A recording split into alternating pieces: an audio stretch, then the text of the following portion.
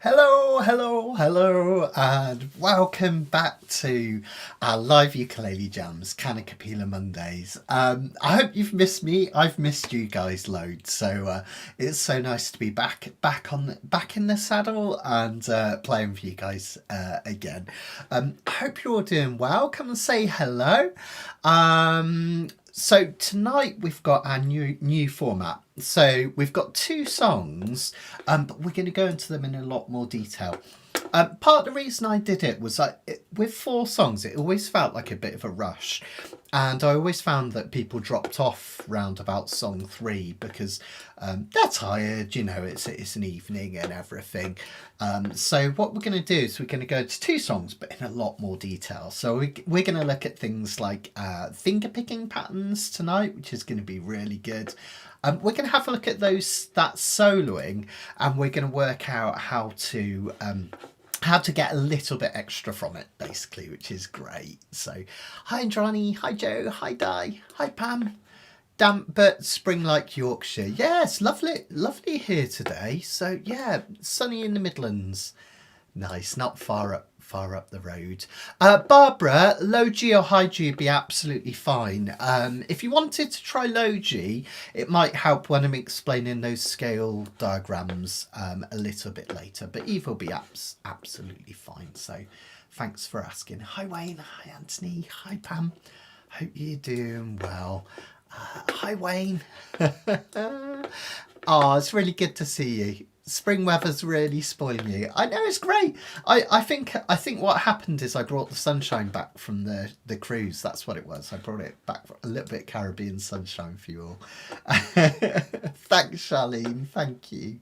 Thanks, guys. Terrific. Okay. So don't forget. Oh, hi Tim, hi Charlotte, hi Leslie. Don't forget that you can still download the sheets completely for free. You can get them via the link in the description. There's also a link in the comments, and you'll find them on the website as well, learnukulele.com. So thanks, Di. That's great to hear. Thanks, Janie. Brilliant. So, just a few things to tell you about just before we crack on with the first song. This is kind of like going to be like the year of ukulele for me. I don't know how or why it's happened, but I seem to be doing tons of events this year, almost by accident. So if you want to come and learn from me in person, and I know this will apply more to the UK peeps, but of course anyone can come across and take part in this stuff. At the end of this month, on the 28th of March, I'm going to be teaching and performing a live set down at Southern Ukulele Store, one of my favourite places. Beautiful south coast, by the seaside, and obviously you get to look at all the lovely beautiful ukes whilst you're down there. I'm playing with Phil Dolmans there, so we'll probably do a few numbers together, as well as Alex Beds, of course, who runs Southern Ukulele Store, and Phil as well is going to be teaching, which is great. So that's the end of March there. Then we've got Sore Fingers. I don't have a poster for that, but Sore Fingers has been confirmed now. This is the bluegrass camp in the south of England, where I'm going to be teaching you guys for a whole week.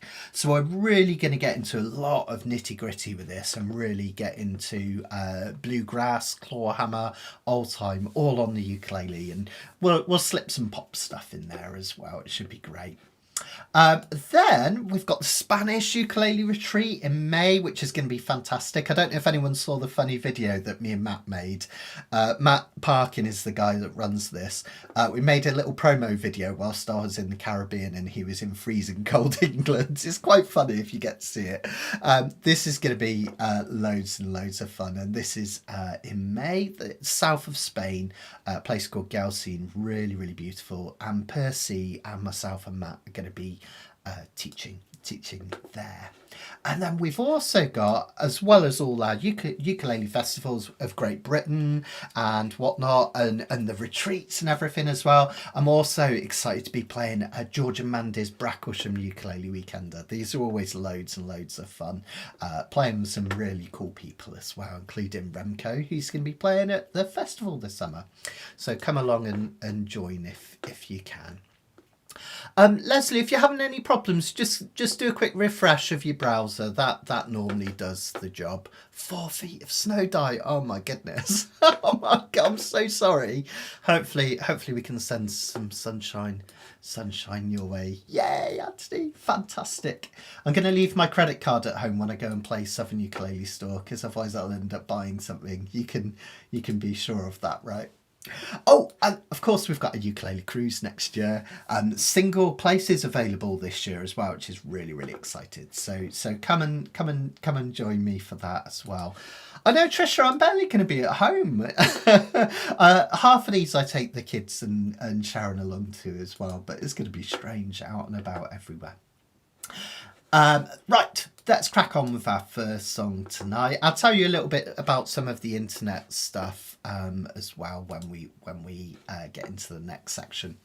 So what we've got is we've got 2 songs tonight, and I've kept them in the same format, where we've got the chords in the classic Kanikapila format on one page, and then the chords and the words to help you on the second page. You'll notice we've got a lot more diagrams now because we can look at things in more detail. And you'll find this page, which is going to be available every week, which is going to have a focus on technique. So it might be a particular picking pattern, or it might be some scales, or it might be how we kind of go into that in a bit more detail. In fact, next week I've got a full tabbed out song as well, which is going to be fun. So you can strum it as well, but it's going to be lots of fun. And then finally, in the new format, I'd love you guys to ask questions. So Anthony has already sent me a really great question. Thanks, Anthony. And Barbara too. And I think I might have a couple of others. I'll just check on my phone as well. But anything you want to learn, techniques, songs, practice, confidence, ping me an email at matt@learnukulele.com.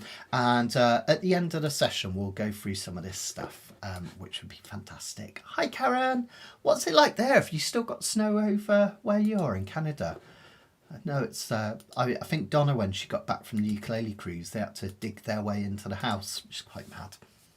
So let's have a look at our first song. This is a really beautiful song, and it uses quite a standard chord progression, but done in a very clever and sophisticated way, which is really nice. If you kind of ignore all the kind of fancy pants bits in a chord, like the major sevenths and the dominant sevenths and all this, basically what we've got is a type of G chord, followed by a type of E chord, then a type of A chord, and then a type of D chord. And that is your classic 1-6-2-5 progression. What do we mean by that? Well, in the key of G, we have 7 main chords that a composer can use to create a piece of music. We have G, A, B, C, D, E, and F sharp. G has 1 sharp in it, it's an F sharp.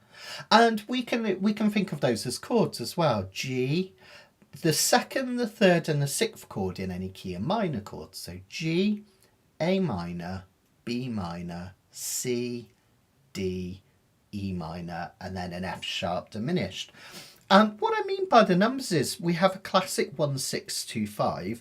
G would be the 1 chord, G, A, B, C, D. E would be the 6 chord, see it at the end there? G, A would be the 2 chord, we're playing it as an A minor here.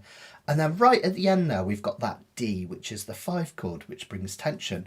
It's a really kind of classic jazz progression, which is really common. And then what Paul Simon has done here in terms of the harmony is he's introduced lots of different forms of G to produce something called line cliche. It's really pretty. See if you can hear the line cliche, and I'll explain what it is in a minute. But just see if you can use your ears. I'll really highlight it.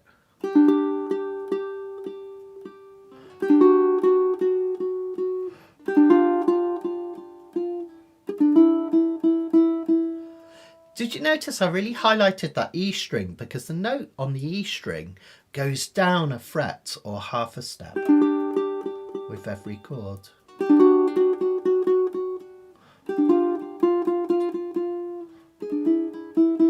So you hear this G note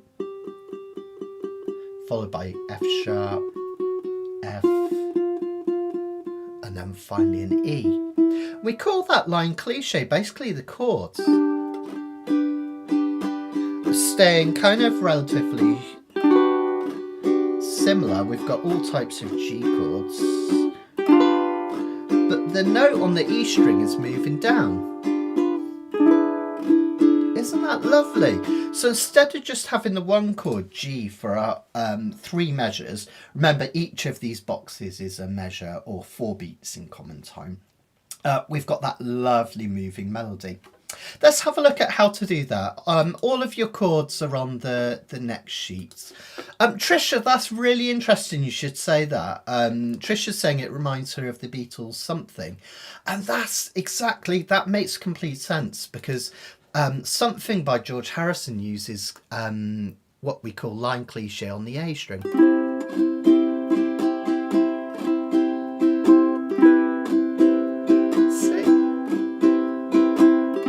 Same effect happening. So it's exactly the same process. It's really cool, isn't it? And when you start to analyse pop music, you'll see this in loads and loads of songs. Blue Skies is another famous example. You'll see it all over the place. And it's really, really beautiful. Now your chord shapes are on the second page if you need them to help. So you can flip to that if you haven't already got them up. But let me just show you how we're playing those chords. So G major, just your bog standard G chord like so. Then when we go to the major 7, we're just going to put our finger over 3 strings at the second fret. Can you see that?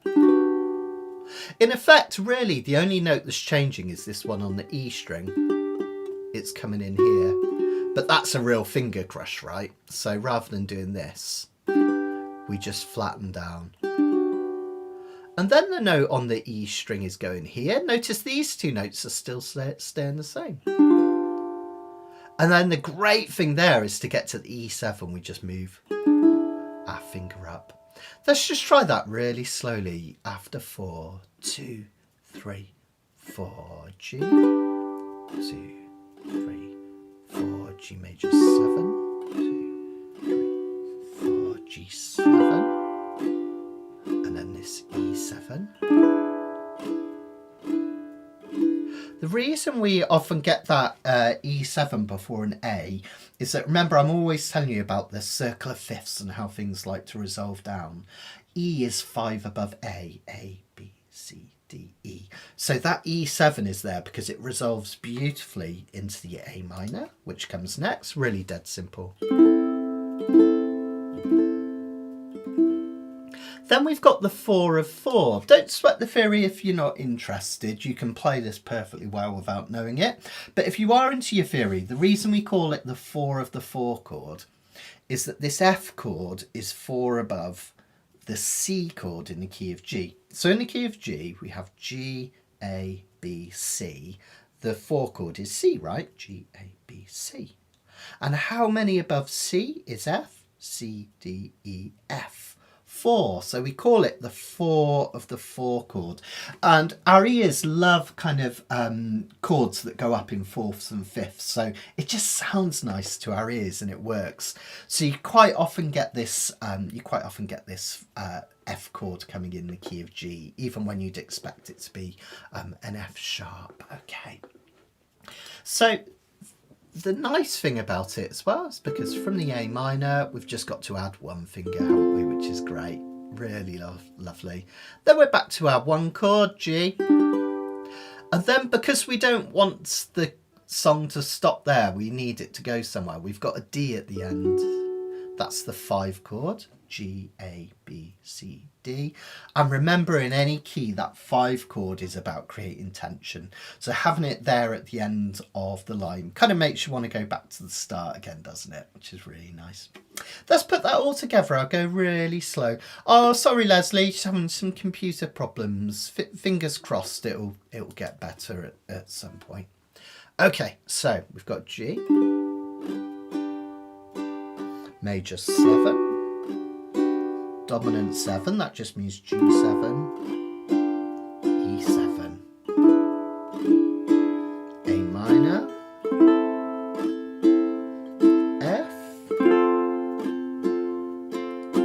G,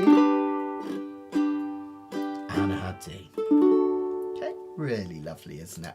By the way, this song, this was a single, so in America it wasn't on an album, but on the UK version of Parsley, Sage, Rosemary and Thyme, this song's on there. It's a beautiful, beautiful record, isn't it? I love this song. It's really, really lovely. 1965, this one. Really beautiful. And it was written by Paul Simon when he was actually in London, and he was kind of missing home, so he was on tour in Europe, so it's kind of quite nice for us English people, although perhaps he's kind of wishing he was back home in America. I don't know. But it's lovely, isn't it? Apparently he's missing his girlfriend who lives in London, so I got a bit confused about that, but anyway. Now we need to change the rhythm slightly when we're playing it to match what we've got in the song, and eventually we're going to do a picking pattern to this, but just for now we can do a really simple walk, walk, walk, running. Remember, I like to think of things phonetically in terms of walks and running, because then you don't have to worry, am I on an up or am I on a down, and you know, get all kind of confused and stuff by that. So if you want to practice this just without strumming chords, just hold your fingers over the strings. You don't need to press. And then just strum down for me. Walks will be a down strum. Okay, so just walk, walk, walk, walk. And what we're going to do is 3 walks and a running. Okay, where we just come back up. Walk, walk, walk, running, walk, walk, walk, running, walk, walk, walk, running. Isn't that lovely? So with the chords we could do. We're actually going to do 2 of these per measure because it's quite an extended song, so you can think of it as 1 and 2 and a 3 and 4 and a 1 and 2 and 3 and 4, like that. Let's give it a go and we'll try one of those verses. I'll put the chords up as well so you can see. Here we go. 1, 2, 3. Sitting in the railway station, got a ticket for my destination.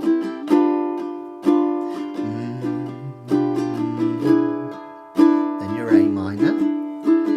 On a tour of one night stands, my suitcase and guitar in hands, and every stop is neatly planned for a poet and a one-man band. Now the choruses are really easy peasy lemon squeezy. They just go between G and C. And this is our 1 and 4 chords, 2 of the most common chords in all of music. Remember how earlier I said our ears love it when chords go up or down a 4th. So let's try it. It's just G to C over and over. 1 and 2 and 3 and 4 and homeward bound, I wish I was homeward bound. And then we've got a similar thing where we go into between G and F. Oh yeah, of course, Trisha, I might have gone through that a bit too quickly. Yeah, absolutely, Barbara. I totally get what you mean. Yeah, absolutely. I kind of feel that way about America as well by Simon and Garfunkel. I love that, the kind of melancholy feel of it. It's lovely, isn't it? Okay, so let me just step so quickly because I did that super quick. It's going to be down, down, down, down, up, down, down, down, down, up. You could just do what I call straight 8s, you know, where we just go down, down, down, down, down, down, down, or walk, walk, walk. Basically, after 3 walks, all I'm doing is just touching on an up strum. So in slow-mo, down, down, down, down, up. Or as I like to think about it, walk, walk, walk, running, walk, walk, walk, running. And we're going to do 2 of those per measure. So we've got to get the speed up. So we'll start slow. Walk, walk, walk, running, walk. Okay? And that's where we want to get to, guys. Walk, walk, walk, running, walk, walk, walk, running, down, down, down, down, up, down, down, down, down, up, like so. Okay, let's try one of those choruses. So I'll keep it that tempo, not too fast. Home my thoughts escaping home, where my music's playing home, where my love lies waiting silently for me. Isn't it lovely, that F chord? It's kind of the 4 of the 4. It's got a slight gritty feel to it, but it's really, really, really beautiful. Let's try a verse, a pre-chorus and a chorus so you can see how the song goes, and then I'll show you that lovely picking pattern which we can look at in a lot of detail. Okay, so just a reminder, down, down, down, down, walk, walk, walk, running, walk, walk, walk, running. Okay, so for the first bit we're going to do 2 of those for every measure or every chord. Just note that when we get to the chorus, the chords change twice per measure, so only once round on each of these. You'll get it. I promise us. Once you start going, here we go. 1 and 2 and 3 and 4. I'm sitting by the railway station, got a ticket for my destination.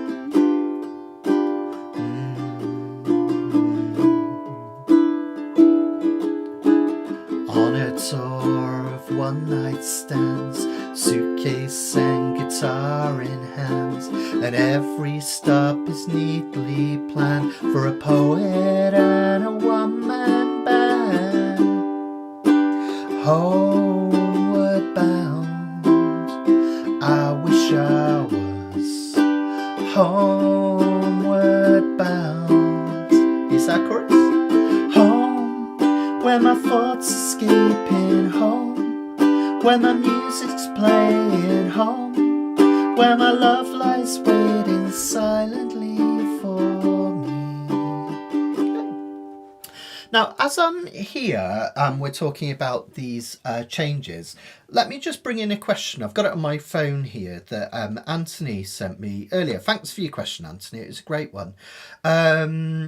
It was just asking about chord changes and knowing when to change chords. So he was saying on this song in particular, when it gets to the railway station and then the ticket part, he wasn't sure where to change chords. Now, I think the easiest way to think about this is first to play it without any lyrics whatsoever and just use the chord boxes just to check the changes. Remember, our good old friend Louis Armstrong always said that playing music is just counting to 4 over and over. This is kind of the same thing. This one comes with a slight caveat because Simon and Garfunkel, I've always noticed that their phrasing of the lyrics can be slightly awkward. We've done The Boxer before, which is one of my favourite songs to play. But it's really awkward with the phrasing, kind of just where they put the words. It's almost like sometimes they squish more words than should fit. But let's just think about your timing first, just counting those 4s. Remember, they're quite kind of lengthy measures, these, with the straight 8s. So we're going to count it as 1 and 2 and 3 and 4. 1 and 2 and 3 and 4. 1 and 2 and 3 and 4. 1 and 2 and 3 and 4. So what I would recommend whenever you're learning a song like this would be not to jump right in to this page, but if you can, try and stick with this page a little bit longer so you can really feel those changes and count them. Then when you've got that, we'll turn the page and you're going to do exactly the same thing. We're just going to count it. We're not going to sing yet. 1 and 2 and 3 and 4. 1 and 2 and 3 and 4. And 1 and 2 and 3 and 4.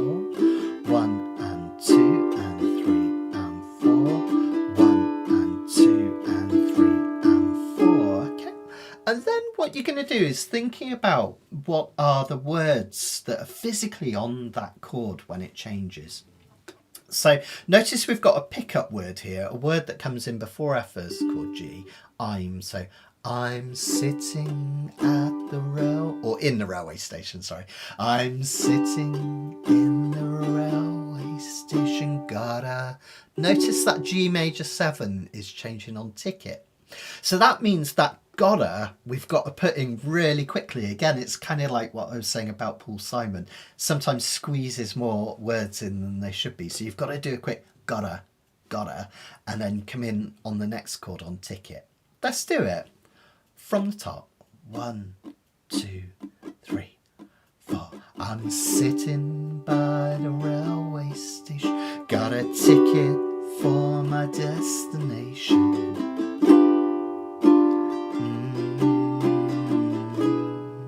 So that's the way I would think about it. Really think about those words, sitting and ticket.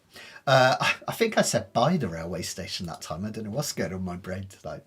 So let's do it one more time and I'll really pronounce sitting and railway. 1, 2, 3, 4. I'm sitting in the railway station, got a ticket for my destination.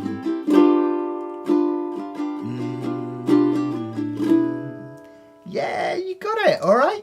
So just whenever you're working out a song, really break it down like that. Think of what physical words is it changing on, but practice counting those 1 and 2 and 3 and 4 is really, really important. It's part of the reason why I always do these sheets like this in Kanikapila, because even if you've never heard of a song and you know some of my choices are quite esoteric, it means that you can start playing away straight away because you just count to 4 on every one of those measures and you'll be fine. So on the pre-chorus, you're going to count to 4 on each. 1 and 2 and 3 and 4 and 1 and 2 and 3. Notice my anchoring on this second finger. Homeward bound, I wish I was homeward bound. And then the next one you're going to count to 2 on each chord because they're half measure each. 1 and 2 and 1 and 2 and 1 and 2 and 1 and 2 and 1 and 2 and 1 and 2 and 1 and 2 and 1 and 2. Okay, not too bad when you break it down like that. Okay, let's have a look at this lovely picking pattern. And this is what I'm kind of excited about, this new format of Kanikapila. We can spend a bit more time looking at these things, which is really exciting. So notice here, I've made you a little alternating thumb picking pattern so you can play along with it if you like to. There are lots of different picking patterns you can do on this and I'll show you another one later. But this is a nice, really simple one which works really well with the melancholy feel of the song. You don't really have to worry about the notes on the top set of lines, if that makes sense, because really that's just to give you the timing. Notice that they're all quavers, and even if you don't know what that means, I'll tell you. Thanks, Anthony, that's brilliant. So you get a dot with a single stem. That's a quaver. It means there's 8 of them in a measure, and you count them as 1 and 2 and 3 and 4, and a bit like a strum, 1 and 2 and 3 and 4 and okay. So that's that. They're really just to give you a sense of the rhythm. Then the zeros, they don't mean that you're playing open strings. It's just telling you which strings to pluck, basically. What we're doing with this one, if I come in really, really close, is we're plucking an alternating note on the top 2 strings, the C string and the G string. That's where that alternating thumb title comes from, okay? And all your thumb is doing is going between C and G, like this. You can practice it for me. You could do it open if you want. Notice I'm bringing my thumb back so it's over the sound hole. It means that I can really dig in without crashing into the fretboard. So that's just my thumb picking those. Okay. We can count that as 1 and 2 and 3 and 4 and okay. To help us with the next bit, let's count that as 1, 2, 3, 4, 1, 2, 3, 4, okay. So where do those ands come in? Well, the ands are these 2 fingers picking up on the E string with your first finger. That means your index finger or pointer. And your middle finger, this one here, is going to pick up on the A string. Notice they're played simultaneously at the same time. Like so. Literally just pull those 2 fingers in towards the palm of your hand. So our thumb is the notes on the C and G string. That's why they're T's underneath for thumb. And then index and middle are the ones picking in between, hence MI. And basically what you do is you put that together, thumb, fingers, thumb, fingers, thumb, fingers, thumb, fingers. 1 and 2 and 3 and 4 and... Isn't that lovely? Because you get this nice rolling thumb alternation going on. But you get the nice kind of almost like walking beat with these two fingers. Okay. Might take a little bit of practice that, but just practice that round and round. If you're watching the replay, you could always pause the video here, but you'll get plenty of opportunity to practice that as we play through. Okay. And what we do is we're going to do that just for the verses. Just the verses only, okay? Remember, I'm really passionate about doing something different on different sections, so we're not doing the same thing all the way through a song necessarily. It will sound really, really nice. Oh, I just noticed. Oh no, it's all right. I'm on the wrong song. That's why. I was going to say I noticed an error, but I was looking at the wrong song. That's why the chords looked wrong. Okay. So let's try that with this page first, so you can see it. We're starting with G. Then we go to that major 7. Remember, as if any of you watched my last video on picking patterns, allow yourself to go wrong with this hand. Even if your fingers aren't ready for the next chord, don't stop with these fingers, okay? Just keep picking, even if it sounds really messy like this.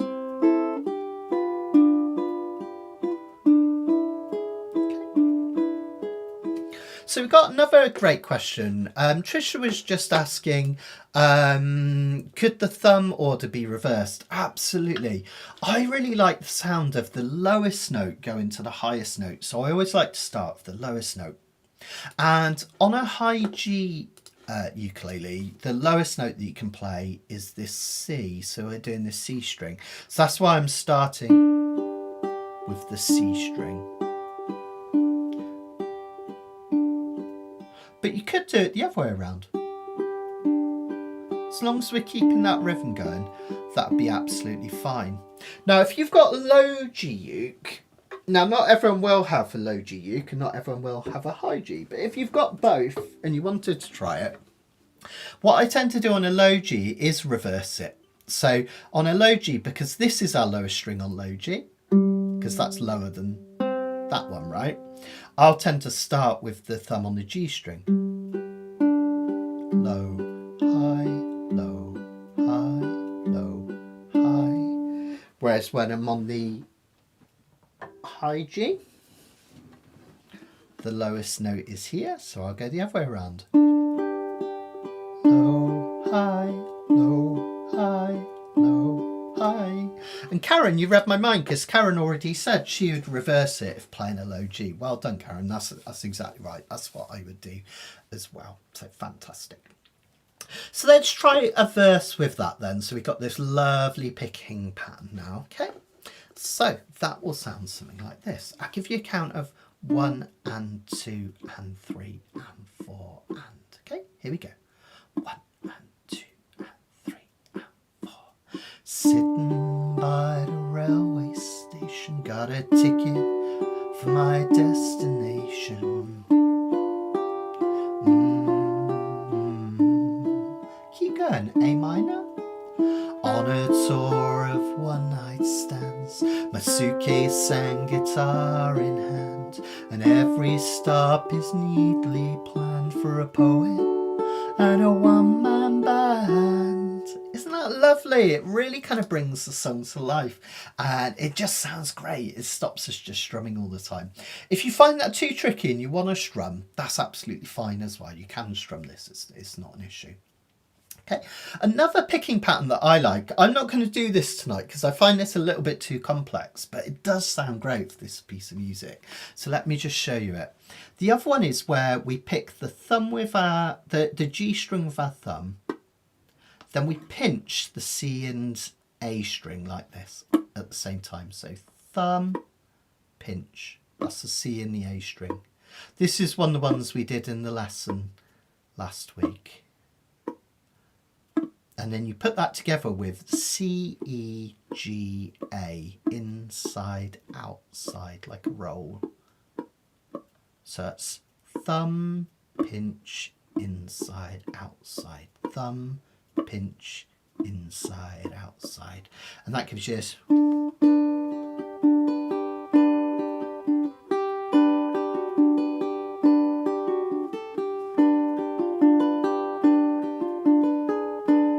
Isn't that really lovely? That's really pretty too. I'm not going to do Album Tonight just because it's quite a lot to take on in one song, and I really wanted you to get to grips with this. Nice alternating thumb technique, which is really nice.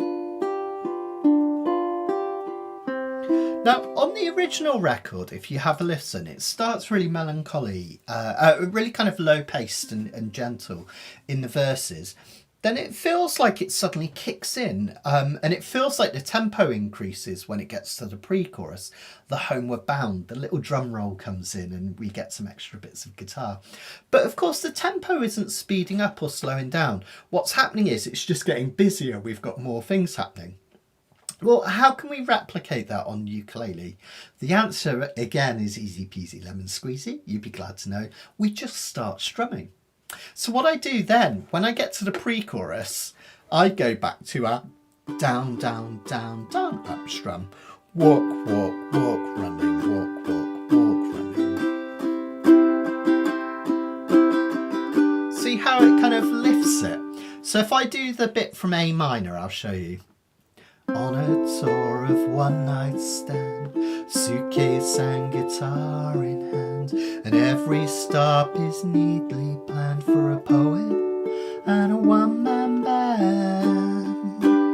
Homeward bound, I wish I was homeward bound. And I keep that going for the next bit.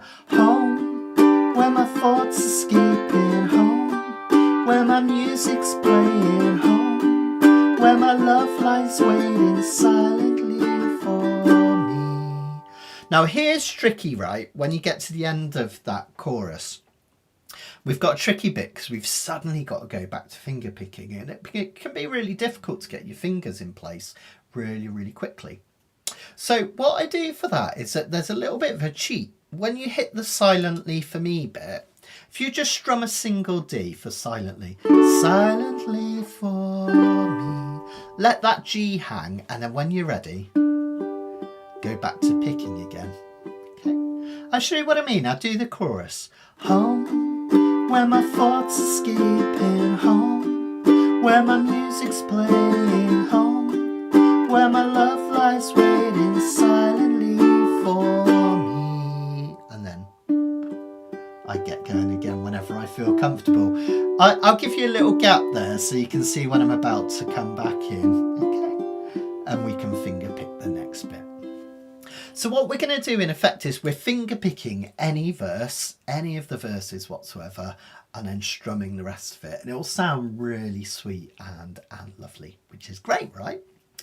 Okay, let's try that. Let's do the first half of the page. Then I'll teach you a little bit of soloing and we'll put the whole thing together. But let's just try the first half of the page just so we can get it. I'm going to stay on close to cam for this first bit to help you out. So 1 and 2 and 3 and 4. Sitting in the railway station, got a ticket for my destination.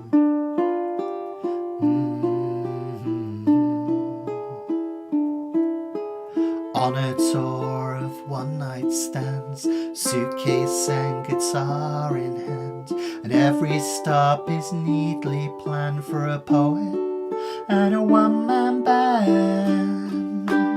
Homeward bound, I wish I was homeward bound. Changes twice as quick now. Home, where my thoughts escaping, home where my music's playing, home where my love lies waiting silently for me. 2, 3, 4. cigarettes and magazines.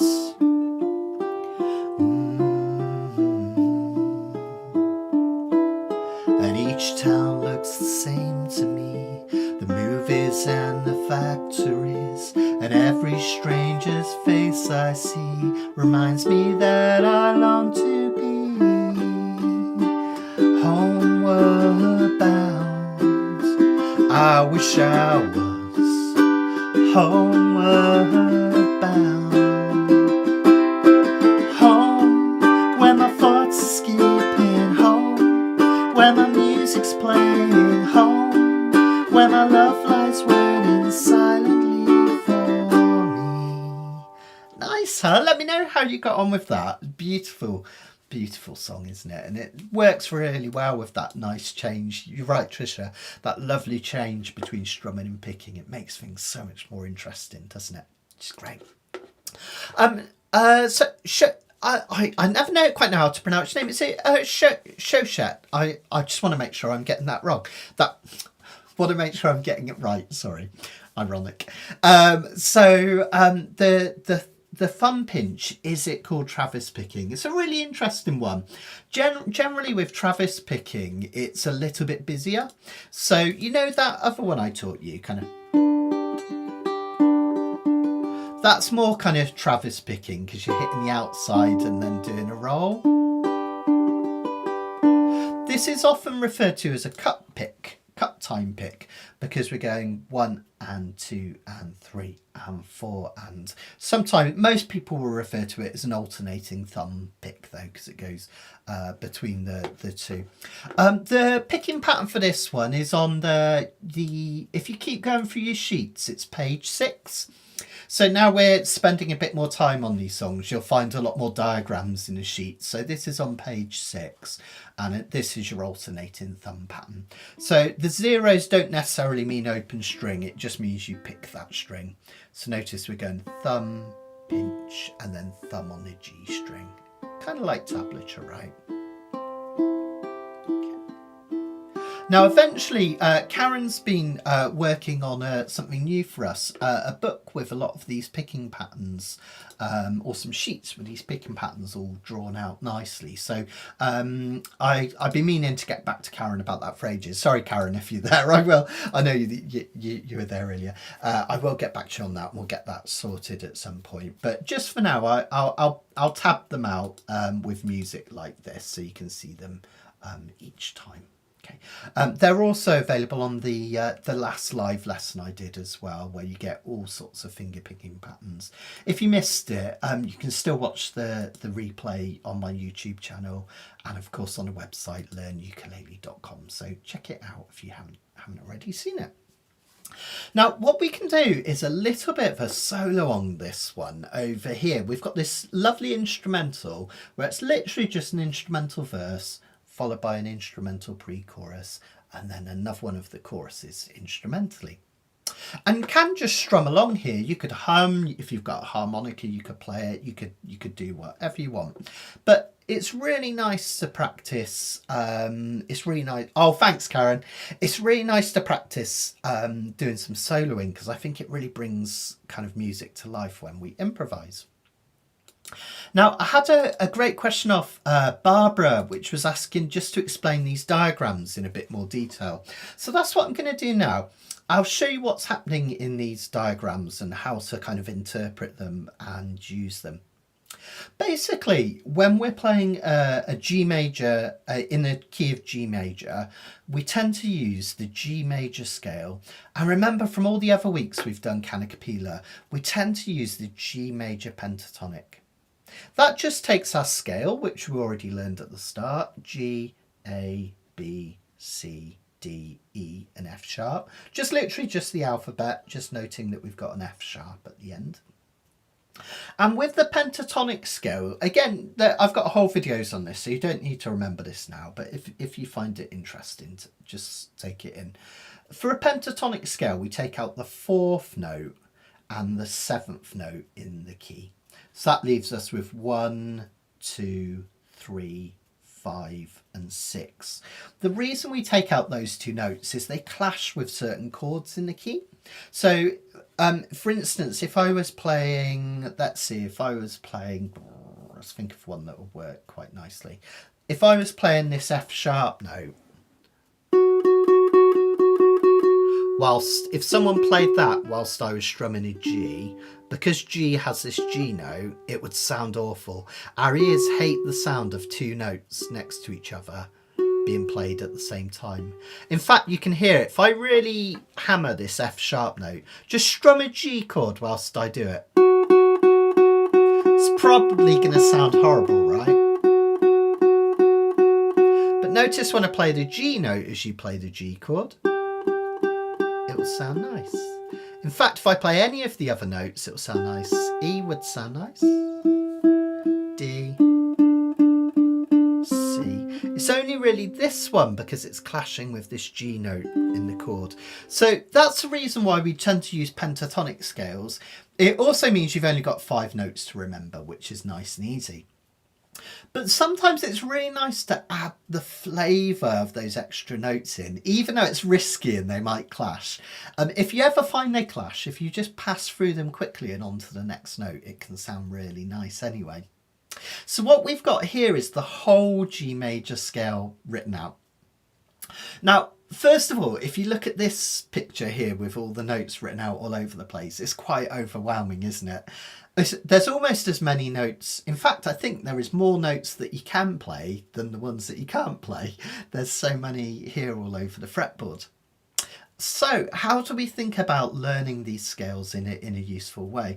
Well, we tend to use, these can be thought of almost as like a formula. See here, this reentrant and linear. Reentrant just means high G and linear is low G. You can do the reentrant one on both ukes, but the linear one only really sounds great on the low G. All right.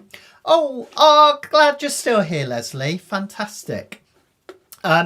Leslie's just saying on the alternating strum, her fingers get tripped up whenever I'm asked to go from G to C to G and then G again. So just keep going between the G and C. Always G and C there, Leslie. So always G and C. So you can practice it just by G, C, just by doing that. It's a great way to practice it. And then put your fingers in. Take it slow and work through it. Okay, so let's have a look back to this just for a minute then. So let's have a look at these formula. Basically, this is like a shape that you can use for any scale to play a major scale up and down the fretboard. And this major scale shape stays the same no matter what key you're in. You just move it up and down. The key thing is to notice that it has squares and circles, because the squares are your root notes. So if we're in the key of G, the root note is G. It's that simple, that's all it means. It's the first note in the scale, okay? So where those squares are, we have to match them up to where a G is on here. The easiest way to think about it is notice that the reentrant one, the main one we're going to learn tonight, notice that it starts on the C string. The first square is on the C string. You'll also notice that the string is... I'll have a look at that in a minute, Leslie. You'll also notice that the C string is fatter, so you can kind of spot it in the diagram. Okay. So what you do is you apply that shape starting from wherever a G is on this string. So you can use the fretboard diagram above to help you. Notice that G on the C string is way up here at the 7th fret, right? And you can always test that just by going C, C sharp, D, D sharp, E, F sharp, G. Okay. And then all we need to do for the black and white diagram is apply the shape. So notice that after we hit this G, this is your first square. The next note is 2 frets higher, isn't it, up here? Okay. So those are your notes on the G string. Remember, you've got to think of it upside down because of tablature and everything, just the way we envisage the fretboard. I know it's a bit confusing, but use that fat string on the diagram to show you that you're on the C string. So that takes you from 7 to 9. Then just follow the dots. We just played that scale shape here on the E string next one. Notice this time we've got a dot next to it. Then we have a gap going up here.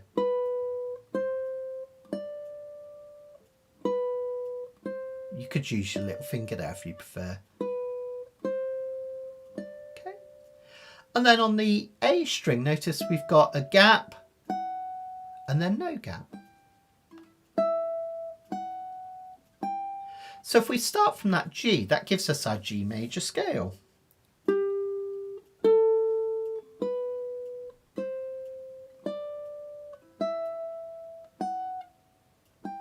Okay, you could do it backwards.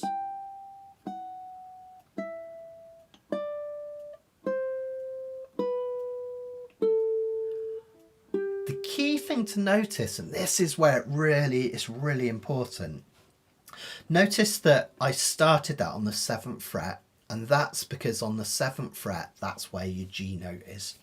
Okay, so here's something clever. This is a bit kind of brain melty sometimes, but look at this. If I do exactly that pattern, I'll do it again just so you can kind of picture it.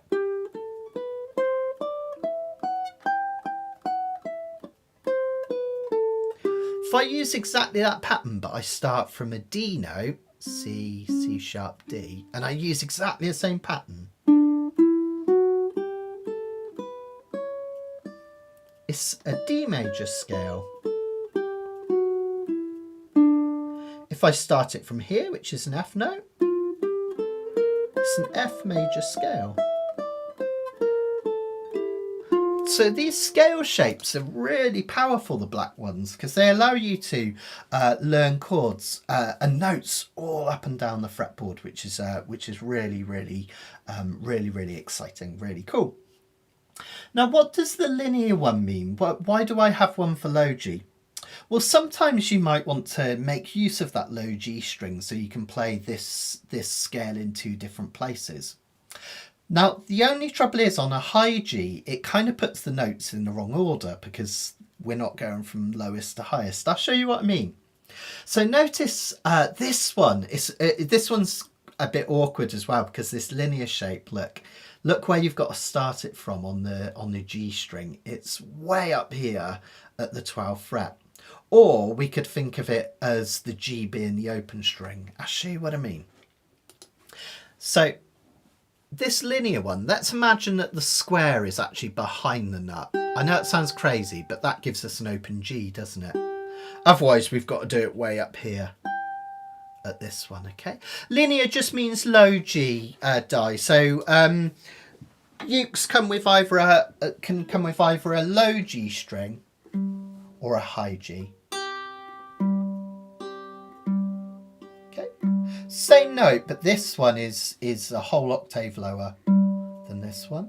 And we call it linear because the notes go from low to high. These 3 strings are exactly the same on both ukes. It's just this G string, the one nearest your nose. And both have advantages and disadvantages. I love the sound of both, and I always tend to have a high G and a low G uke handy. If you can afford to ukes, it's brilliant to have that option. Let me go back to that low uke just for a minute though. So what you can do is use this shape down the bottom and you get the same scale in a different place. So I'm going to put my finger here, but no, it's basically an open G. Then look, I've got a gap here, up to here. Then another big gap. Okay, so that's the first 3 notes. Then I'm back to where I started. And I go again. Big gap. Now, you don't have to do this. I didn't really want to concentrate too much on this one at the moment. I'll kind of expand upon it in the next lesson. But notice that that's the same scale. Sorry.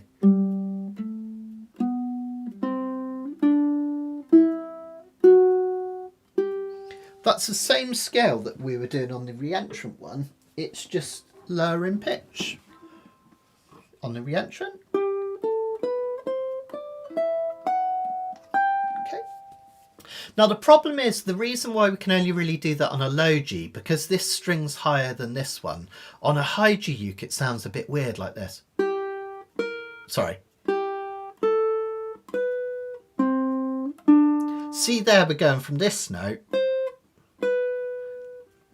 to that note, which is, it doesn't really work because the strings aren't in order from lowest to highest. So that's why I tend to just concentrate on these reentrant shapes, because basically whether you're high G or low G, they always work, which is great. So yeah, so that's what we do.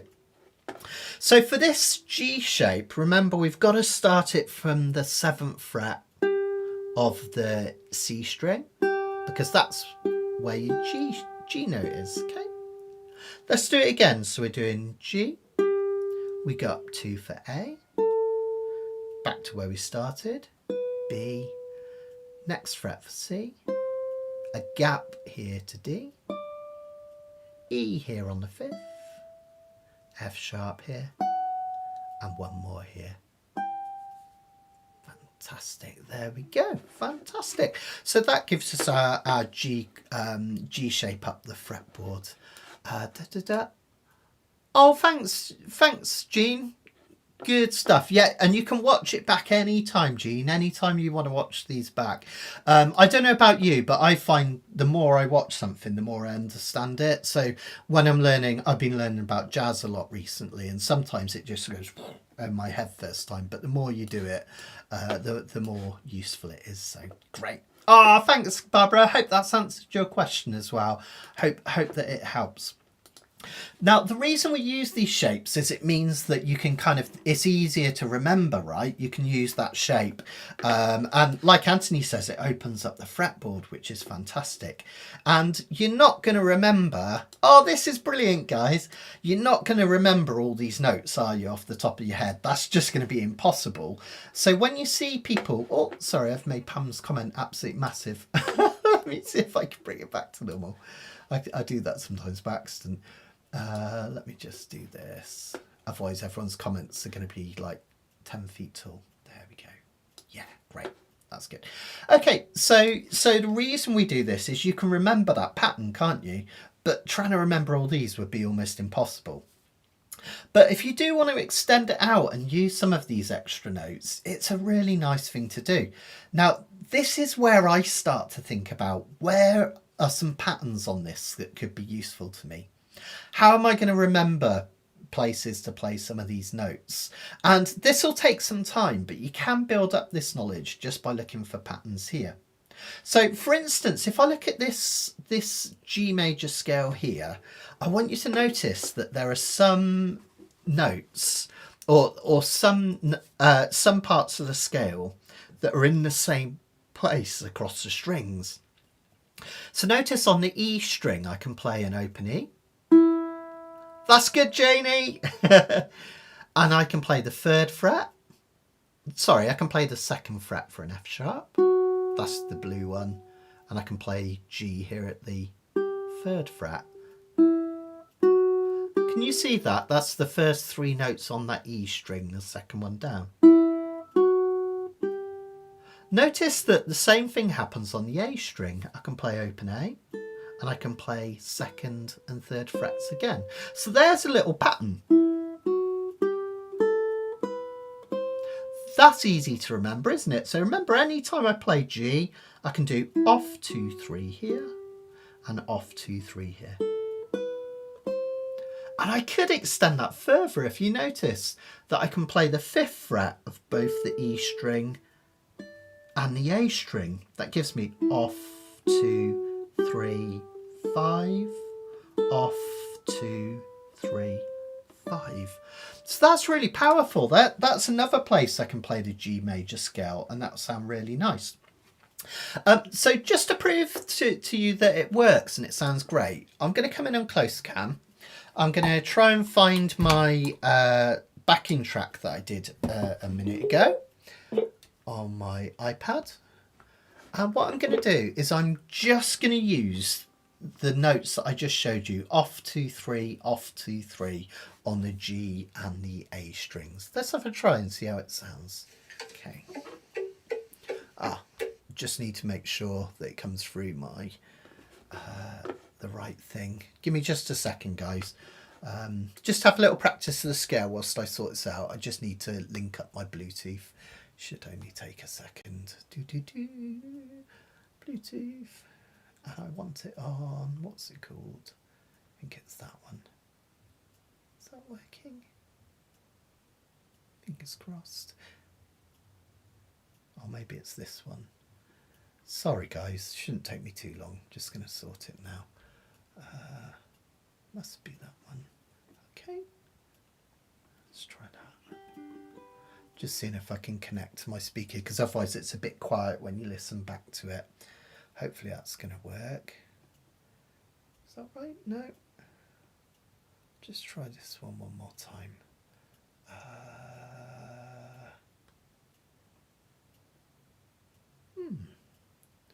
Doesn't want to connect. I'll just play it out loud and hopefully it'll work. This might sound a bit rubbish, but let me just play it to you via the iPad. I don't know why that's happened. It always used to connect, but ho hum.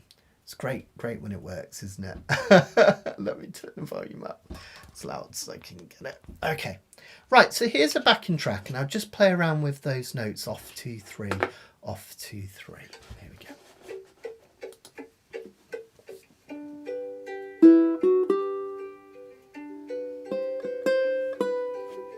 That needs to go much louder. Don't know how well you can hear that, guys, but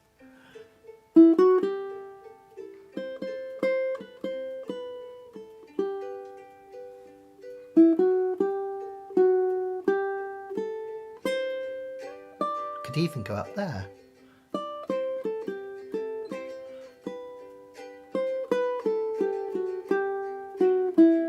So there's a lot I can do just by using that shape, and that's all you need to do. Just use these diagrams, see if you can identify patterns there, and it's really powerful once you get it. I think I know what's happening with this now, and I'm just gonna, I think it's because my iPhone's attached to it. Give me just a second, guys. Let me sort this out. Yeah, that's what it was. My pesky iPhone had attached to it. Let me do that again for you now. Hopefully this will work. I'll just attach here. There we go. Ah, that's better. You should be able to hear the backing track now. Let's try that again. Yeah, this is better.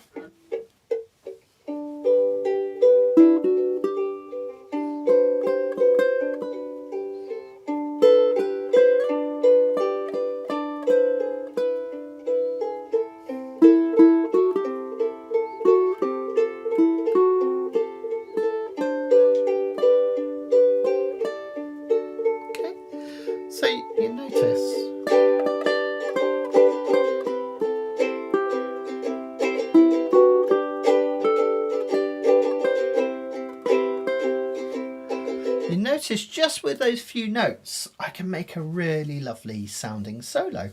So just so you can have a practice, let me be your backing track and I'll play some chords and some notes for you. And I'll keep this up and you can have a little play around. And then we'll put it all together and we'll do the song. Let's have a go. So 1, 2, 3, 4. Try a little noodle.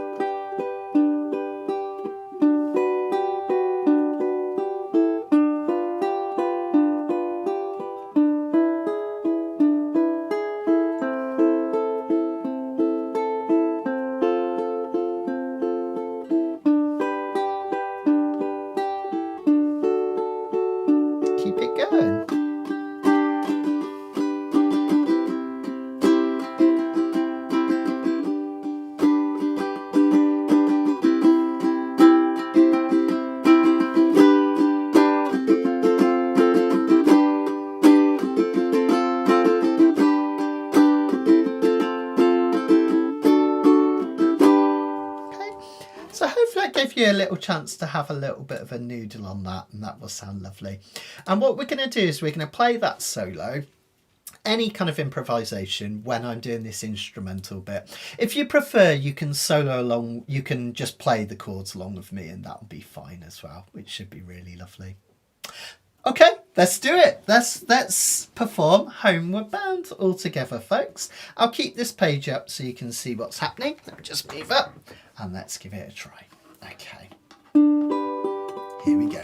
So I'll give you a count in of 1 and 2 and 3 and 4 and remember, if you want to, we're going to pick the verses and strum everything else. Thanks, Jenny. Here we go. 1 and 2 and 3 and 4 and sitting in the railway station, got a ticket for my destination.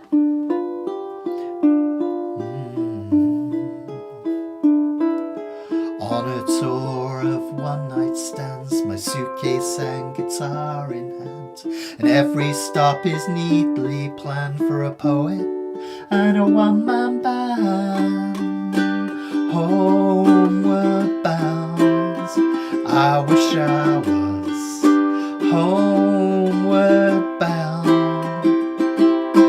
Home, where my thoughts escaping, home where my music's playing, home where my love lies waiting silently for me. 2, 3, 4. Every day's an endless stream of cigarettes and magazines.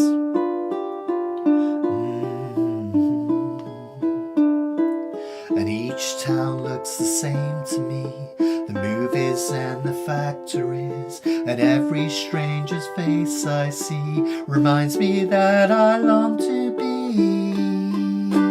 homeward bound. I wish I was homeward bound. Chorus. Home, where my thoughts escaping, home where my music's playing, home where my love lies waiting silently for me. Take a solo. Go on, give it a try. Hit any of those notes we covered. Pick with me instrumentally.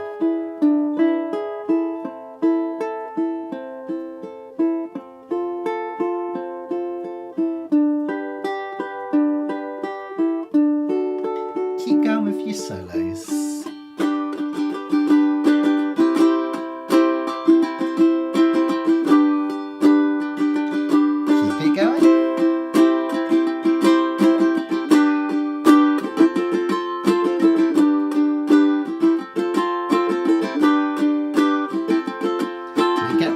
Come back in.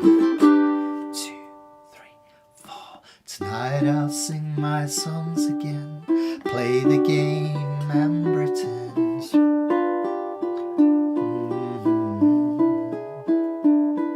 But all my words come back to me in shades of mediocrity, like emptiness in harmony. I need someone to comfort me.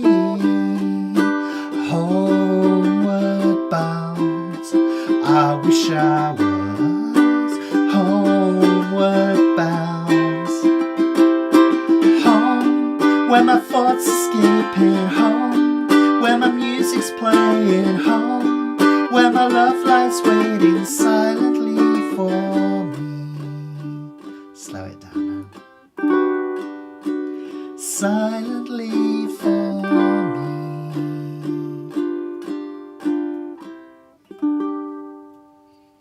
Well done, everyone. Wasn't that lovely? I hope you really enjoyed that. And I know it took us quite some time to go through that, but it gives you a song that you can play and really get to grips with. And it's a lovely performance piece, this one, because if you ever find that when you perform, even if it's just for yourself, when I say performance, I don't mean we're all playing the Albert Hall. How we wish, right? Including myself. But even if you're just playing for yourself, it's really nice when you perform something to have that differentiation between the picking pattern and then the strumming. So it gives you something really nice. And then, of course, if you're playing with someone else, or you're playing to a backing track, or you're playing along with me, you can hit that lovely solo as well and do some improvisation, which is really good. And that's something that I'm really keen to do. Kanikapila, in its kind of old traditional form, was kind of it took place in Hawaii. People would open up their garages or front porches. Sometimes families would just sit around and play music together, and it was really kind of built around the spirit of improvisation. So you might get a song circle where each person teaches everyone else a song. No written sheet music. And it's lovely to be able to just play along together. And that's what I want to bring in with this, kind of an element of improvisation, and showing you that it doesn't have to be hard and it doesn't have to be like rocket science. We can just break things down and get you playing along. And now we've got a bit more time in these Kanikapilas with each song. I'll do a bit more of looking into what makes a good solo. So extending out, so we're not just playing pentatonic scales all the time. We're changing them up, thinking about phrasing and stuff like that. So hopefully enjoyed that. Let me know in the comments. Yeah, Anthony, you can bar the 7th fret if it helps you to kind of have a grounding for that G major scale. The only reason I don't tend to bar, Anthony, is I find it kind of anchors me a bit too much, and sometimes the bar can hurt my fingers as well. So yeah, that's all good. Oh, thanks, Barbara. Thanks, Trisha. Yeah, it's a beautiful song, isn't it? I love Simon and Garfunkel. I mean, their kind of use of melody and harmony is just like the gold standard, isn't it? Thanks, Leslie. Really appreciate it. Leslie, your earlier question where you were asking about that I see what you mean now about the alternative. What I was doing was I was just hitting the G string there, and then these two here, pinch, and then hitting those there. Now you're saying about getting caught up. You don't necessarily have to use the thumb for both of these. You could do it Pima style, where you do it like this and you use all 4 fingers, if that helps you not kind of get caught up. But practice slow and then increase it from there, and you'll be fine. Thank you. Thanks, guys. You're the best. I really appreciate that. That's fantastic to hear. Just before we do the next song then, just to remind you that we're back to doing these every single Monday now. So join me next Monday if you can. We've got another couple of songs. In fact, one of them, the Swimming song by Loudon Wainwright, third, I'm so excited about, because we're going to do a little bit of clawhammer strumming, which is going to be really fun. So join me for that one. But also to let you know that not this week, but next week, we have our fortnightly live lesson. We had one last week and then we missed this week, and we're back next week, so every fortnight. We're going to look at chord melody playing, and we're going to use the beautiful piece Moon River, Henry Mancini's masterpiece, and I'm going to show you how this was the first ever chord melody I wrote, basically, and I'm going to show you how I did it. So I'm not just going to teach you the melody, I'm going to show you how to play the melody in a lot of detail. So that's fantastic. So come and join me for that if you can. That's going to be next Wednesday, which should be fine. So, oh, that's great, Jean. Don't worry, it takes practice. Practice makes perfect, as they say. And we're all rubbish once, including myself and everyone else. No one does these things straight away. Practice, practice, and practice, and you will get there. Thanks, guys. Much appreciated. Thank you. Okay, let's have a look at another song, and then at the end, as I say, I'll hang around for any questions as well that you might have. I think I've got one more to answer, which I'll ping at the end. Anything you want me to answer, anything ukulele related, ping it over and I'll do my best to do so. Let's have a look then at our next song. So we're going to have a look at a lovely 90s song. This one's from 1995 and it was by the Bluetones, and it's from their album Expecting to Fly, which had this really gorgeous cover. How nice is that? If you're into birding like me, gorgeous peacock, absolutely beautiful, wasn't it? I took some pictures of some peacocks when I was on holiday, and I'll show them to you. I'll show them to you later on at the end. I've got some photos to show you from the cruise if anyone's interested. Don't worry, Jean, I knew exactly what you meant. Don't worry, it's all good, all good. But how beautiful is that? It's gorgeous, isn't it? And they released this album in 1995, Expecting to Fly, and it had this really brilliant song on it, which we're going to learn, called Slight Return. It only got to, I say only, I mean, for an indie band to get to number 2 in the charts is an incredible achievement anyway. But it got to number 2, but it was their most famous hit, basically. So we're going to have a look at it. This was in the key of D as well, which is kind of, we don't play in that key very often, which is going to be great. Let's have a look. Confused about the solo part. Are you playing notes that align in the key of G or notes that align with the chord? Great question. So they're all notes that are from the key of G, basically. Because we're playing in chords from the key of G, if you play any notes from the major scale in the key of G, they'll fit, basically. So you don't have to change them per chord. You just keep doing that pattern or notes from that scale over the whole thing. Don't have to change it at all. So that's great. It becomes a lot easier, which is fantastic. Thanks, Trisha. I forgot to put Sir Robin on the next picture. I realised that earlier, but never mind. I'll see if I can find it to put it up later, because it's quite a good picture for the next one. But yeah, let's have a look. Kim's just saying, did you know that as a group, when there are males and females, they're called P-fowl? I didn't know that. As my friend Phil always says, every day is a school day, right? So I love that. You learn something new every day. Absolutely brilliant. Okay, right, let's crack on then. I'll put that picture up later on. So, as I say, this one's in the key of D. Now, the chords in this one are relatively straightforward. We've got the 4 most common chords that you get in any key, and those are the 1 chord, the 4 chord, and the 5 chord, and then the next most common to come in is the 6 chord, but rather than that, in this song, we've got the 4 of the 4 again. I'll explain that later, don't sweat it. But notice we've basically got the 1, the 4 and the 5 chords mostly in this song. So in the key of D, D has some sharps in it, but you don't really have to worry about them because we're not really playing them basically. But D would be D, E, F sharp, G, A, B and C sharp. I think I missed one out, did I? D, E, F sharp, G, yeah, A, and then B, and then C sharp. So it's got 2 sharps in it, the key of D.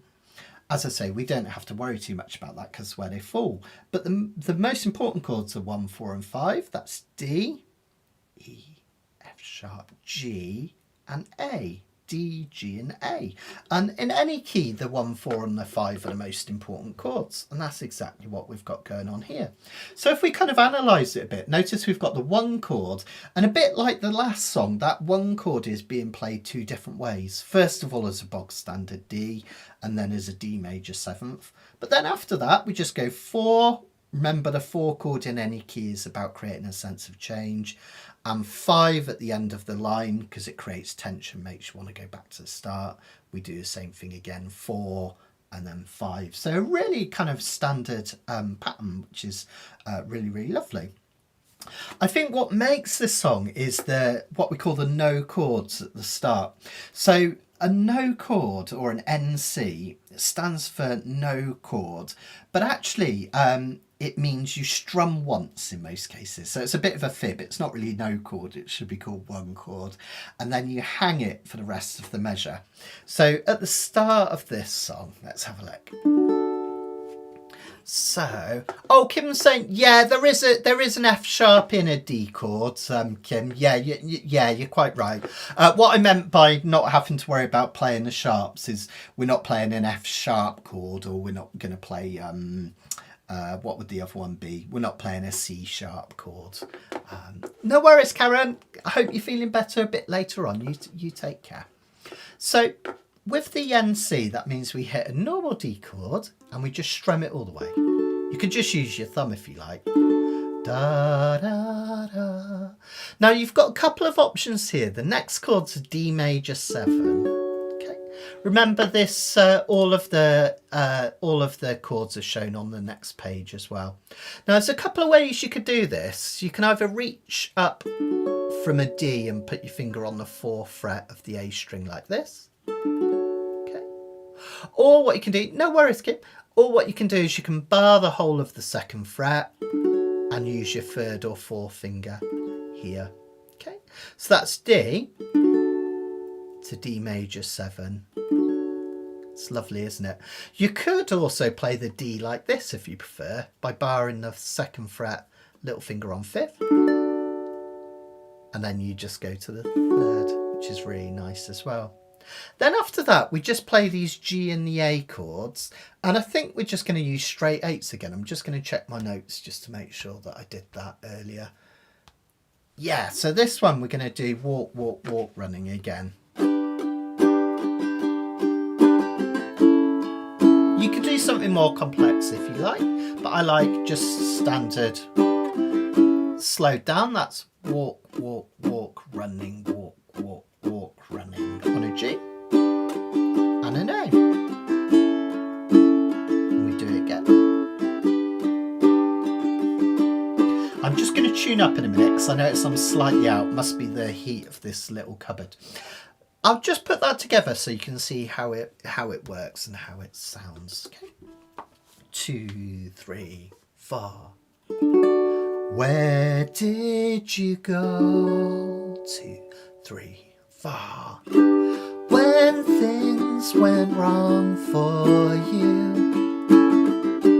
when the knives came out for you, where did you go? All you needed was a friend. You just have to ask and then. Nice, isn't it? Really, really sweet chords. As I say, kind of straightforward, but because we don't play in the key of D very often, they sound kind of exotic to us ukulele players. Sorry guys, just tune in quickly. Thought something had gone out, so my C string's gone sharp. You often find strings go sharp when your uke gets really hot because the wood expands and then it stretches the strings basically. That's what's going on. Okay, so that's the verses, and it really sounds effective, but it's really that simple. That's all we're doing for that one. Then we've got this pre-chorus, which goes from the D to the D major 7 again. Now this time, notice I think we're still doing an NC. Let me just check. Oh, so this one actually, where it says pre-chorus, ignore those NCs. We do want to strum this bit.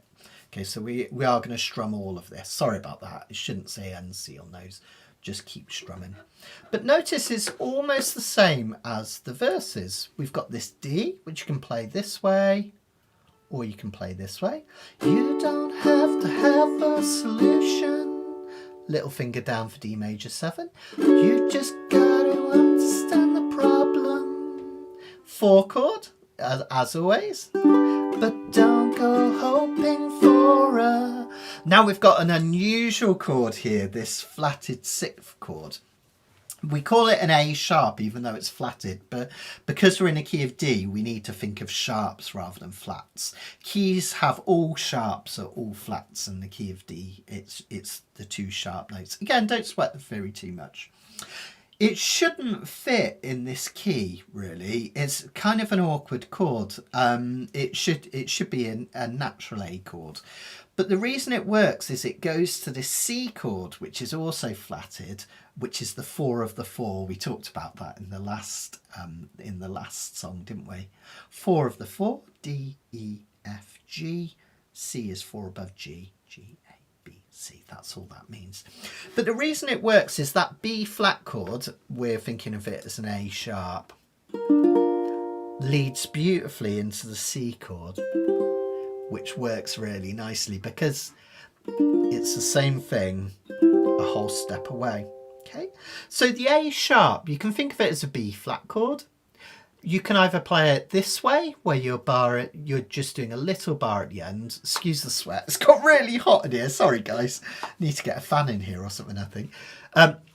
So we're doing a mini bar here over these 2 strings, reaching up and over to this 2nd fret of the C string, up and over again to the 3rd fret up here. Notice the straight arm here, really important. And notice that these fingers are at an angle. They're not like this, which is going to be uncomfortable. they're reaching up and over. You could also play it like this way, barring the whole of the first fret, as close to that metal fret as possible. Here's where the highest tension is on your uke. Here it's a bit easier. Okay, see, that wasn't particularly clean, so I just need to move it about a bit until I get it clean. Okay, so you can do either of those, and after that chord it goes to a C. Now what you can do is take that shape up, or you can go to a normal C here. Either's absolutely fine, it's up to you which one you want to do. I'll put that together with the lyrics so you can see it, and I'll stay on close camera. So this is the pre-chorus, okay? 1, 2, 3, 4. You don't have to have a solution, you've got to understand the problem. Don't go searching for a miracle. Isn't that lovely? Remember, I could just do miracle. That would be fine as well. Okay. That's the hardest bit of the song. Once you've got that, you'll be absolutely fine. That's the trickiest bit by far. Then we go to the chorus. This is really lovely. Again, if I bring up this sheet, you can really see the Nashville numbers, what's going on here. Look, basically it's just 4, 5, and then 1, 5, 1, 5. So 4, because it creates a sense of change.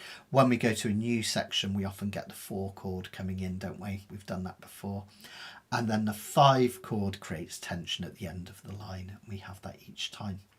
The thing to watch out for on this, don't sweat it if you get it wrong. It's fine, or you'll soon get used to it. But notice that this first line of the chorus, we've got G for 2 measures. 1, 2, 3, 4. 1, 2, 3, 4. Then we've got A for a whole measure. 1, 2, 3, 4. Plus another half measure. 1, 2, 3, 4. Okay, that's what catches a lot of people out. G, A, G. Okay, you can count it like this: 1, 2, 3, 4. 1, 2, 3, 4. 1, 2, 3, 4. 1, 2, 1, 2, and then you're back to a D. So I'm coming home. Yeah, yeah. I'm coming home. Really sweet, isn't it? Now that's most of the song. I'll talk you through the soloing on this one in just a minute, because you can have a little go at soloing if you want to. But let's just try a verse, pre-chorus and chorus so you can see how it all works. And you can have a go if you'd like to. I'll stay on close cam for this first bit. 1, 2, 3, 4. Where did you go? 2, 3, 4. When things went wrong for you, when the knives came out for you, where did you go? All you needed was a friend. You just have to ask, and then you don't have to have the solution. You've got to understand the problem. Don't go hoping for a miracle. All this will fade away. I'm coming home. Yeah, yeah. I'm coming home. That takes us to another verse, which is really sweet. Tricky chord changes there, isn't there? You've got that quick A to G in the chorus and that sneaky little A sharp in there. But you'll get used to it with time. Don't worry if you can't play it straight away. It's all about kind of picking up little tips and learning as you go along. There's one little bit at the end, just in terms of the chords, before we look at soloing. And it's dead simple. When you do the final chorus, notice there's this little end chorus, if you like. And what you do is you just strum these just for a short while. 2 beats of F, 2 of C, 2 of G. And then these last 3 chords, you're going to strum 2 quick Cs, 2 quick Gs, and then hit that D. I'll show you what I mean. But just for a short while.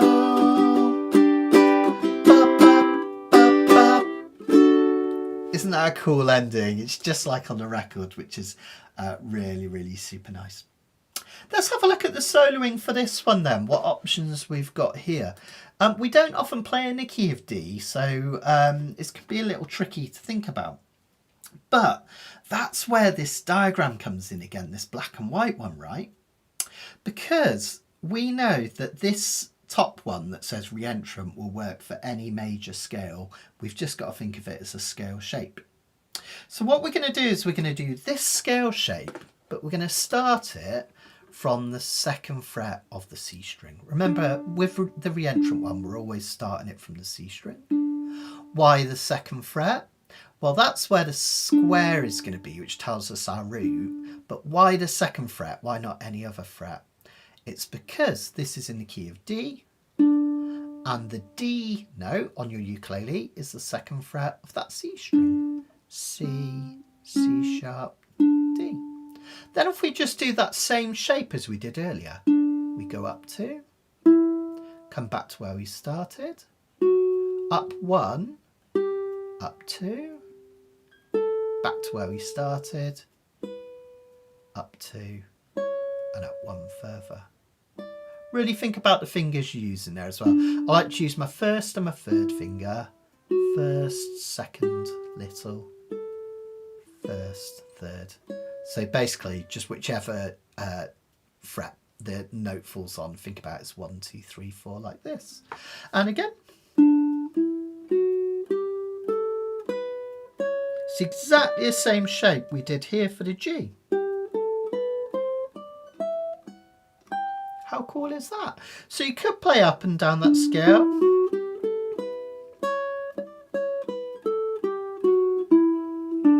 There, if you like.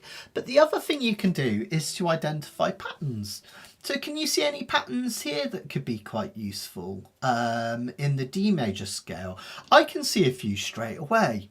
So for instance, if I look at the E and the A string again, and a lot of ukulele players will mostly solo on the E and the A string because that covers nearly all the notes that you'll need to play on uke. But also it means that you haven't got to worry too much about C and G string, you haven't got to worry about low G, high G, and because they're higher in pitch, they sound really sweet and they cut through. Notice something cool here on this D major scale. Can you see that if we start it on the A string, we've got the 5th fret, sorry. Then we go up to this E note here. Then we go up 2 again to F sharp. And then we've got a similar thing starting on the next one where we go up 2 and up 2. So can you see that? We've got 5, 7, 9, 10, 12, 14. Gap, gap. Then we start again. Gap, gap. Now that's really cool because that's like a shape that you can remember.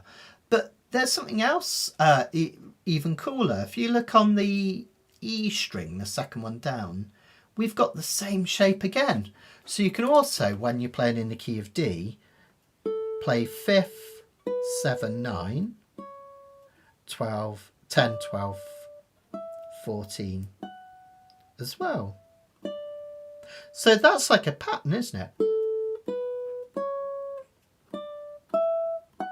And we got it here. So that gives you a kind of a cool little pattern that you can play around with. If I put the backing track on, I come in on closed cam and I can play it. I'm not going to play a crazy amount of notes, but just playing around with those shapes.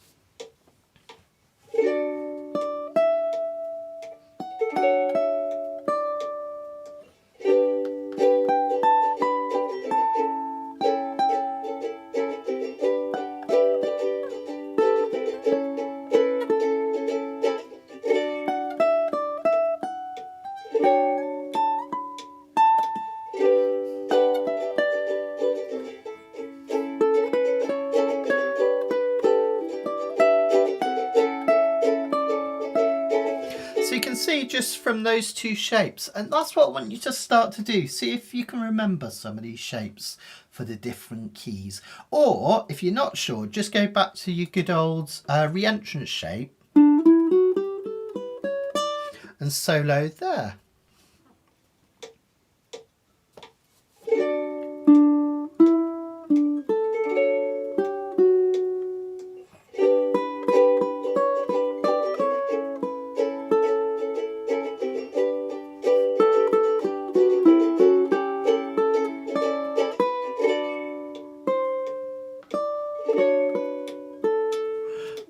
I hit a wrong note there just to keep it spicy, or by accident, but you get the idea.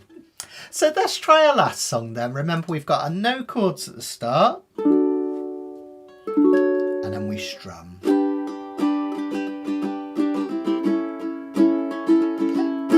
And we're going to do that all the way through. When we get to the chorus, when we get after the second chorus, I'm going to do an instrumental verse twice, and that's where you can have a go at this soloing. Shall I just do a quick backing track so you can have a little practice of try that soloing? Let's give it a go.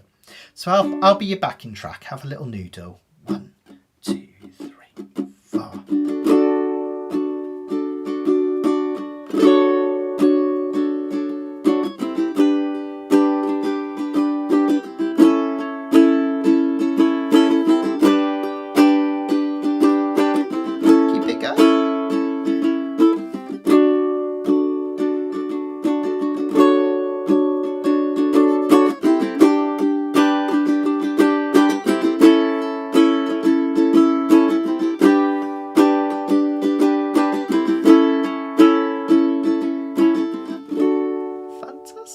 So if you had to go at that, you've just soloed in 2 keys, and not even the most usual ukulele keys. So you should feel very proud of yourself. That's absolutely brilliant. And all of these sheets, remember, they're in the back here, so you can find them at any time and use these as we go.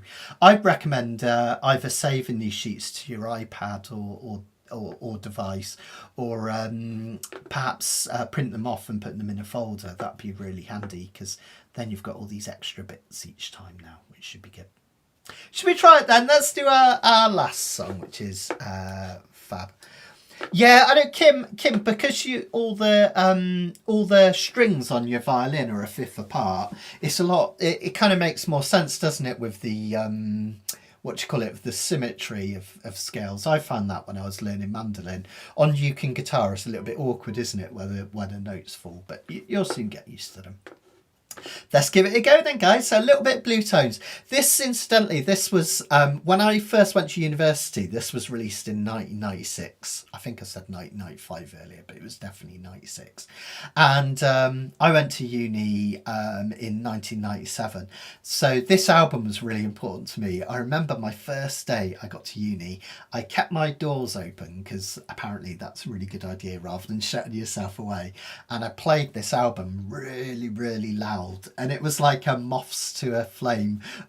All the students started coming to my room and hanging out, and I was the cool one. So there you go. Hopefully I won't ever need to do that again. But if you've got any kids or grandkids that are going away and they want to make friends, tell them to play music with their door open. Unless it's terrible music, and then maybe they'll make no friends, but who knows. Okay, well, thanks for everything tonight, guys. I will stick around for a little Q&A at the end, but let's just try one last song all together. Come in after 4. 1, 2, 3, 4. Where did you go when things went wrong for you? When the knives came out for you? Where did you go? It was a friend. You just have to ask, and then you don't have to have the solution. You've got to understand the problem. Don't go hoping for a miracle. Yeah, all this will fade away. So I'm coming home.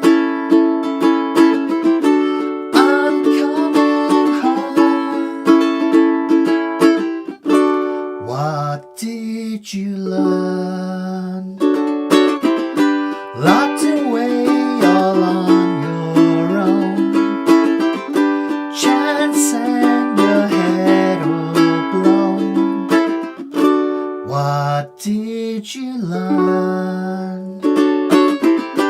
It was unfortunate. You missed your chance to find out that you don't have to have the solution. You've got to understand the problem. Don't go hoping for a miracle, yeah. All this will fade away. So I'm coming home. I'm coming home. Try a solo. Or strum with me.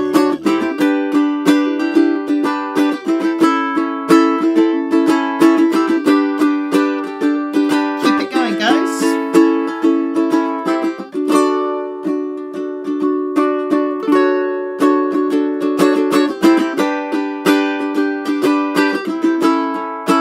And we've got our final pre-chorus and chorus. Here it comes. 2, 3, 4.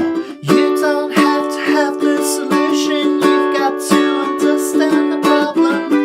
Don't go hoping for a miracle, yeah. All this will fade away. So I'm coming home. Yeah, yeah, yeah. I'm coming home. Yeah, yeah. I'm coming home. But just for a short while.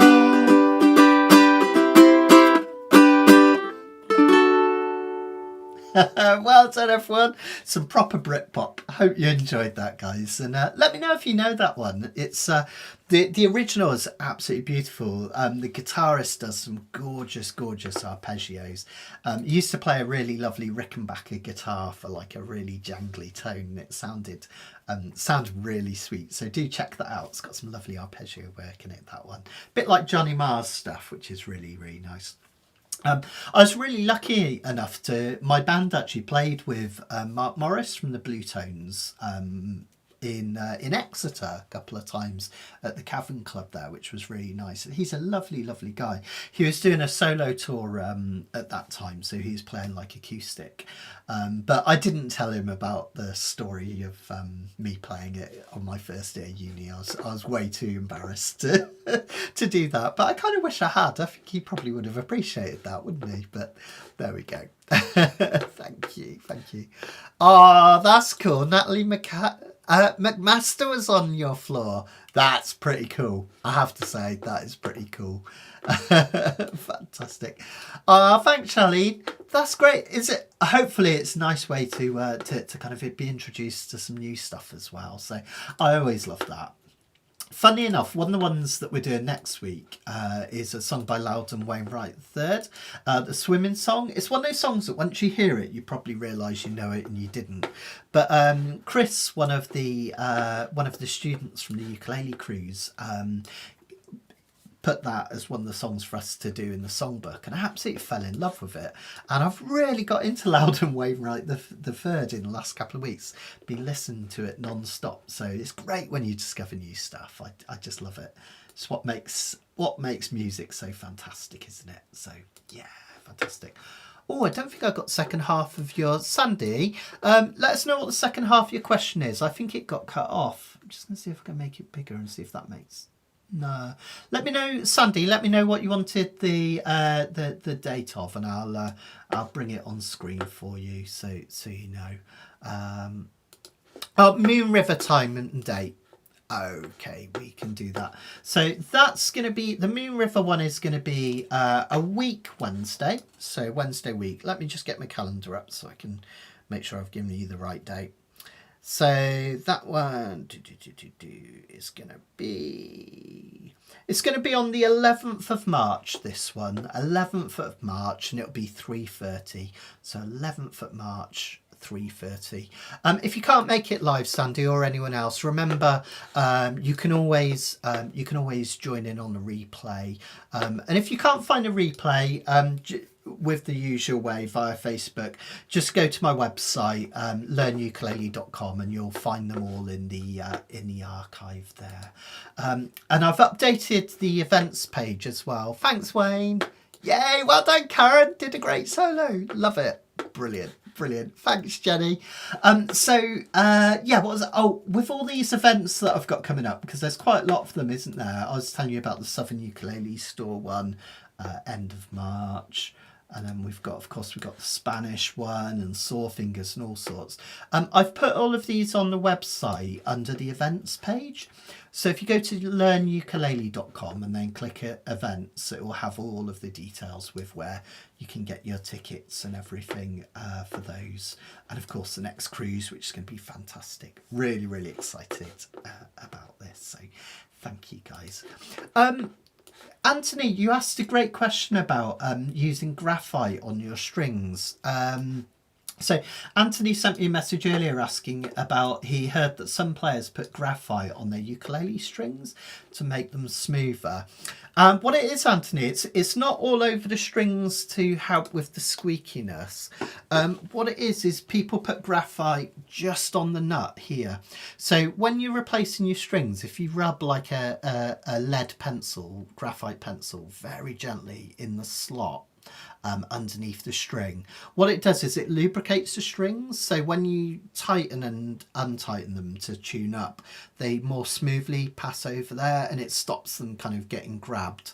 So that's what it means. Some people put it on the bridge, on the saddle as well, but I never do that. I just put a little tiny bit under the string here.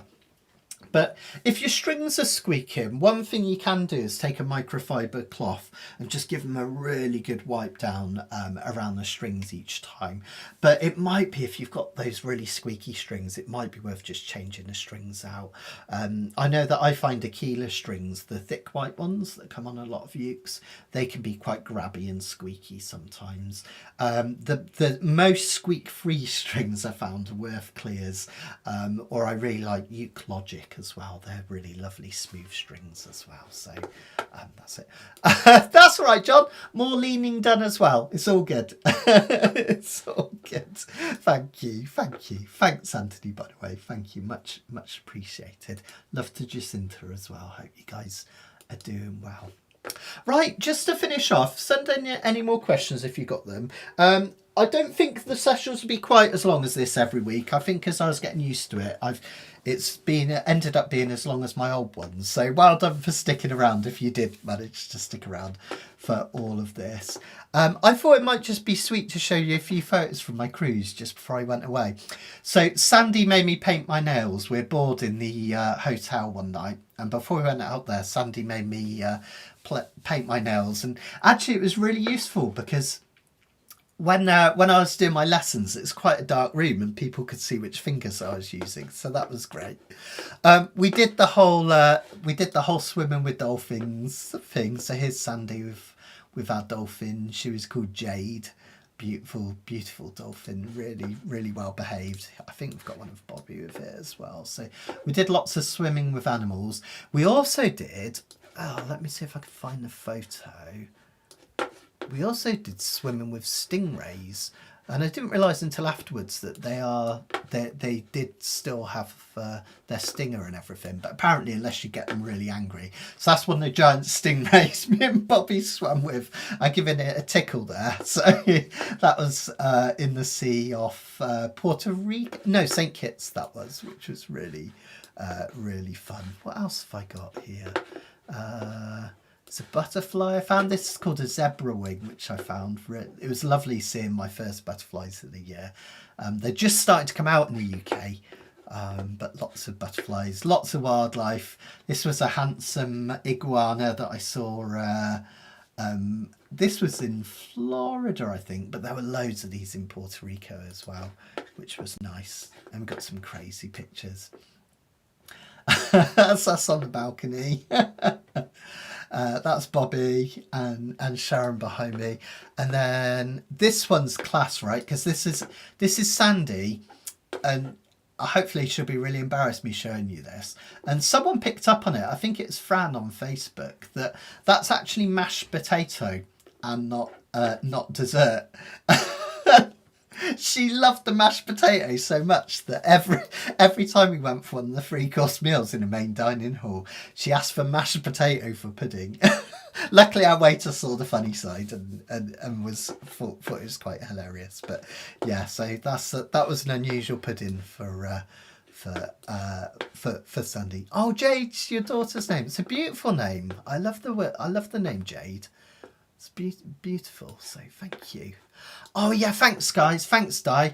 If you can click like on the video, it just really helps the YouTube algorithm pick me up, which is fantastic. I'll just do a couple more and then we'll head off. This is us in Florida before we set off.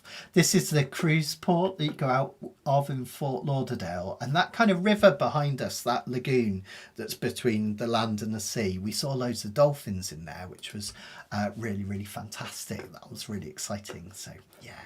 Oh, there's one more I really wanted to show you because it made me giggle. Where is it? This is me with a monkey on my head. Apparently, it was really unusual, and I don't know whether the zookeeper just said this just to make me feel happier, but apparently it's a real sign of trust for them to lie down, and they never lie down on people's heads. So there we go. Must have known that I was vegetarian or something, and I like bananas too. I don't know. But there we go. So yeah, thank you for joining me again. It's been absolutely wonderful to be back. It's so nice to get into this. You guys know how much I love my Kanikapilas. We'll be back every Monday now. Remember, of course, if you're not already a member of the website, learnukulele.com. learnukulele.com. You want to learn ukulele? How do you remember it? learnukulele.com. 10 sequential courses on there. You get all the worksheets for free for my fortnightly lessons. You can send me video submissions and I can give you some advice on your playing. So if you want to support me, that's a brilliant way to do it. You can either do £10 for a silver membership or £12 for a gold membership per month, or you get an even bigger saving if you sign up for annual as well. You also get access to literally hundreds, might even be into the thousands now, of arrangements that you'll find on the website as well for free, which is great. So don't worry, Kim, I knew you were talking about the monkeys and not our sons and daughters. Don't worry, I knew it. That is lovely, Jade Marine. I love that. Is that named after the stone then? Because it's a really beautiful stone, isn't it, Jade? We went to an island, went to the Dominican Republic, and they had this lovely stone there. I think it's called Laramie, and it's like it's only found in the Dominican Republic, and it kind of looks like a very light blue marble with veins in it. It's really beautiful. So Sandy bought a necklace with that on and brought it home, which is cool. Ah, thank you. Thank you. So yeah, come and support me at the website. What else do I need to tell you about? I think that's it.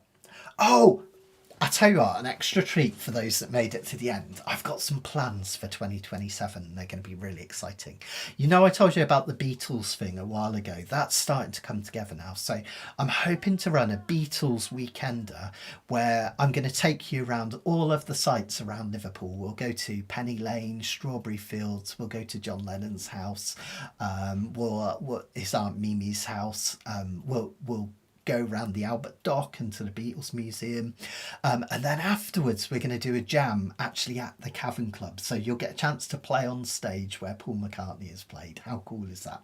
So that's going to be next year. But the other thing is, I've been talking to Sarah Maisel and Craig Chi, who I know many of you love and follow, and it looks like they're going to be coming over in 2027, but keep it stum. It's exciting, right?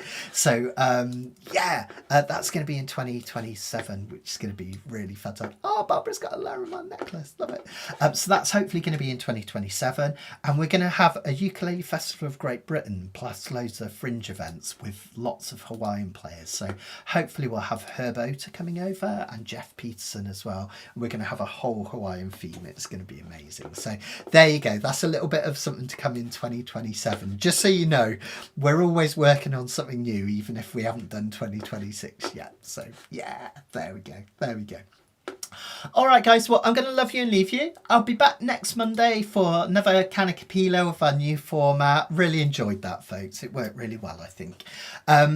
And then that Wednesday after, I'll be back for Moon River as well. I'm also hoping to do a new video this week up on YouTube as well. So keep an eye out for that. Take care, everyone. Much love and Yukon.